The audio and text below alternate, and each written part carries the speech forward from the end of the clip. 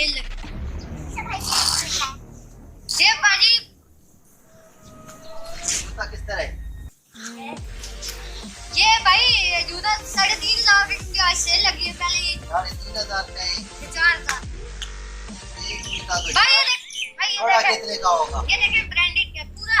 जोड़ा कितने का ये मिलेगा? 3,500 का भाई मिलेगा, ब्रांडेड है ये देखें। नहीं, हमने एक जोड़ा लेना है, एक जूता ले ले एक जूता लेना है। ये कितने का मिलेगा? भाई, एक जूता नहीं मिलेगा नहीं, हमको एक जूता चाहिए। भाई, एक तो नहीं मिल सकता, ये दोनों मिलेगा, दोनों पैरों पे डालो। हमको एक ये जूता देखो चाहिए। भाई, आप एक पैर में डालोगे कैसे चलोगे, कितना अजीब लगेगा। एक पैर नंगा और एक पैर में जूती होगी। हम एक ये देखो जूता ऐसे ऐसे चेक करो, अच्छी हमको एक क्वालिटी है जूता चाहिए।